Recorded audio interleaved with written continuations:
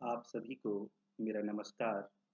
मैं आशुतोष शुक्ल, विवेकानंद केंद्र का छत्तीसगढ़ विभाग युवा प्रमुख। आज से हम विवेकानंद जी के विचारों को और अधिक सरलीकृत एवं व्याख्यायित रूप में समझना प्रारंभ करेंगे।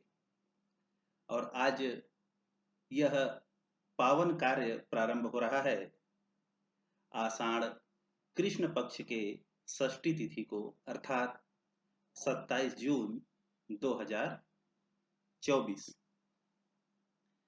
और इस कार्य के पीछे के जो प्रेरणा स्त्रोत्र हैं, हमारे आदरणीय विवेकानंद केंद्र के जीवनव्रती कार्यकर्ता एवं राष्ट्रीय अधिकारी माननीय भानुदास ठाकरस जी। तो चलिए अब हम आज एक विचार लेते हैं जिस पर हम चर्चा करेंगे। विवेकानंद साहित्य 2, ज्ञान योग, आत्मा की मुक्ति। इसमें स्वामी विवेकानंद जी कहते हैं, वेदांत का उत्तर यही है कि हम बद्ध नहीं हैं, वरन नित्य मुक्त हैं। इसका यदि हम अंग्रेजी वाला भाग देखें तो the solution of Vedanta is that we are not bound, we are already free. तो इससे हमें क्या स्पष्ट होता है कि स्वामी विवेकानंद जी हमको कह रहे हैं कि हम किसी भी प्रकार से बंधे हुए नहीं हैं, बल्कि हम असीम सीमाओं से युक्त हैं। हमारी क्षमताओं की कोई सीमा नहीं है। और वेदांत हमें नित्य नूतन, नित्य नवीन विचारों को, धारणाओं को प्राप्त करने, उत्पन्न करने की क्षमता प्रदान करता है। यदि हम देखें तो वेदांत का संबंध विशेष रूप से आध्यात्मिकता से भी है। तो हमारी संस्कृति में आस्तिक एवं नास्तिक यह दो शब्द हैं। और ऐसा क्यों है? कुछ लोग भगवान को मानने वाले हैं और कुछ लोग उनको अपनी अज्ञानता के कारण ना मानने वाले हैं। दोनों को हमारे समाज में मान्यता प्राप्त है। इसके अलावा हम अगले चरण में देखते हैं कि लोग कुछ साकार स्वरूप को मानते हैं और कुछ निराकार स्वरूप को मानते हैं। अर्थात यहीं पर आप देखिए, हमारे जो स्वतंत्रता का, स्वच्छंदता का जो पहला चरण है, यहीं से प्रारंभ हो जाता है कि आप किसी एक स्वरूप को मानने के लिए बाध्य कदापि नहीं हैं। आप प्रारंभ से ही मुक्त हैं। आप चाहिए तो साकार स्वरूप के साथ अपनी यात्रा शुरू करिए, और यदि आपकी इच्छा हो तो आप निराकार के साथ अपनी यात्रा प्रारंभ कर सकते हैं। चूंकि वेदांत जानता है अंततो गत्वा सभी मार्ग एक ही लक्ष्य पर पहुंचेंगे, इसलिए कोई फर्क नहीं पड़ता कि आप मूर्ति की पूजा करें या फिर निराकारी निस्वरूप भगवान की आराधना करें। आपके सोच विचार की क्षमता, आपकी धारणा किसी प्रकार पर कोई बंधन वेद नहीं लगाता है। और यह तो हुई सरल रूप से समझने की बात। यदि हम आगे बढ़ें तो वेदांत यह कहता है कि आपकी कोई सीमा नहीं है, आप अनंत स्वरूप हैं। ऐसा क्यों? ऐसा इसलिए, वयम सुपुत्रा अमृतस्य नूनम, अर्थात हम उस परमपिता परमात्मा के ही स्वरूप हैं, उसी के पुत्र हैं। तो जो उस परमपिता परमात्मा का पुत्र हो, संतान हो, उसकी भला कोई सीमा कैसे हो सकती है? वह भला किसी बंधन में कैसे हो सकता है? तो यही कारण है कि वेदांत हमें बताते हैं कि हमारी सीमाएं अनंत हैं।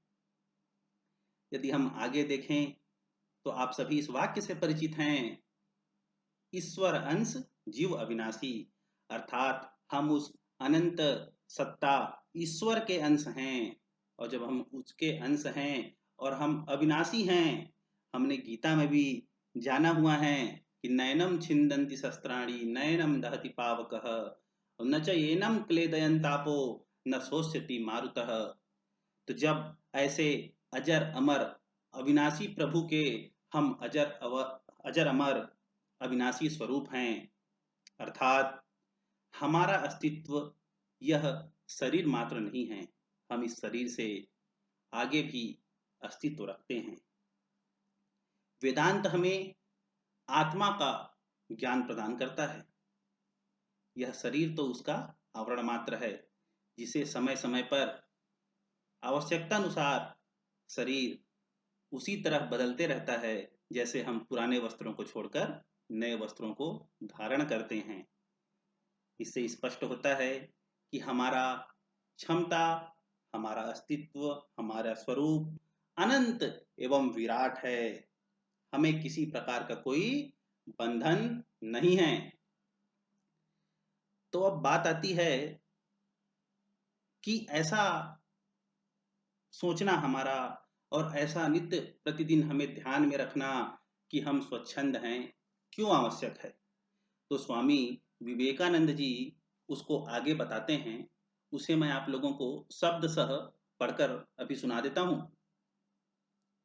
क्योंकि ज्यों ही तुमने कहा कि मैं बद्ध हूं अर्थात बंधा हुआ हूं, या सीमाएं जिसकी सीमित हों, ऐसा यदि आप अपने आप को मान लेते हैं, यदि आप सोचते हैं कि दुर्लभ हूं, दुर्बल हूं, असहाय हूं, त्यों ही आपका दुर्भाग्य प्रारंभ हो जाता है। तुमने अपने पैरों में और एक बेड़ी डाल ली, और यह बेड़ी आपने स्वयं ही अपने विचारों के माध्यम से डाल ली। इसीलिए ऐसा बात कभी न कहना और न इस प्रकार का कभी सोचना, क्योंकि आप सभी अमृत के पुत्र हैं, ईश्वर के संतान हैं। आप सभी की सीमाएं असीमित हैं। आप सभी में वह दैवीय गुण पहले से ही विद्यमान है, केवल उसे जागृत करने की आवश्यकता है। इसीलिए सदैव अपने आप को दिव्य स्वरूप माने और निरंतर प्रयत्नशील रहें कि कैसे अपनी क्षमताओं का और अधिक विकास किया जाए, कैसे अपने स्वरूप के विस्तारित विस्तारित रूप को जाना जा सके, और कैसे उस अंतिम लक्ष्य को प्राप्त किया जा सके। और मनुष्य जीवन का सर्वोच्च लक्ष्य मोक्ष को प्राप्त करना है, जो कि अनेक मार्गों से होकर के चलती रहती है। कोई यह कहता है कि वह गंधराव गुफाओं आदि में तपस्या करके मोक्ष को प्राप्त कर लेगा, बिल्कुल वह भी सही है।